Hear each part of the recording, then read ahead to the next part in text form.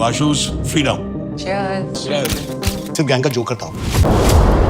यदि आप कुछ अलग और थ्रिलिंग देखने के शौकीन हैं तो आपको सोनी लिव पर स्ट्रीम हो रही मोहित रैना की सीरीज कनखजूरा जरूर देखनी चाहिए। कनखजूरा यानी सेंटीपेड, मामूली, लाचार, रेंगता, घिसटता, हम जब चाहे मसल सकते हैं, इतना कमजोर बस तब तक जब तक हमारे अंदर नहीं घुस जाता, और एक बार वो घुस जाता है तो निकला नहीं निकलता। सोनी लिव पर आई ये सीरीज भी ऐसी ही है। ये स्लो है, धीरे धीरे रंग में आती है, लेकिन जब दिमाग में घुसती है तो आसानी से निकलाई नहीं निकलती। ये सीरीज इजराइल की सीरीज मैकपी पर बेस्ट है। ये कुछ अलग थ्रिलिंग है और आपको एक अलग तरह का एक्सपीरियंस देती है, और दूसरों को बुली करने वाले, उन पर धौंस जमाने वालों को एक ऐसा मैसेज देती है जिसे वो कभी नहीं भूलेंगे। यदि इसकी कहानी की बात करें तो ये कहानी है दो भाइयों की, मैक्स यानी मोहित रैना और आशु यानी रोशन मैथ्यू। मैक्स, आशु और मैक्स के दोस्त कुछ ऐसा करते हैं कि आशु को जेल जाना पड़ता है। आशु जब जेल से बाहर आता है तो मैक्स की जिंदगी में उथल पुथल मचना शुरू हो जाती है। क्या इनका कनेक्शन इन दोनों के अतीत से है? कौन है कनखजूरा जो किसी एक की जिंदगी में घुस जाता है और जो करता है? वो देखने के लिए आपको ये सीरीज देखनी पड़ेगी। तो चलिए जानते हैं कैसी है ये सीरीज। ये सीरीज अच्छी है, कुछ नया देती है, कुछ नया करने की कोशिश करती है। सीरीज स्लो है लेकिन धीरे धीरे अपने रंग में आती है, और जब आती है तो आपको भी हैरान करती है। इसके ट्विस्ट एंड टर्न्स आपका दिमाग घुमा डालते हैं। हालांकि कुछ जगह ऐसा लगता है कि चीजों को सही और सिंपल किया जा सकता था, कुछ सवालों के जवाब नहीं मिलते और आप सोचने पर मजबूर हो जाते हैं।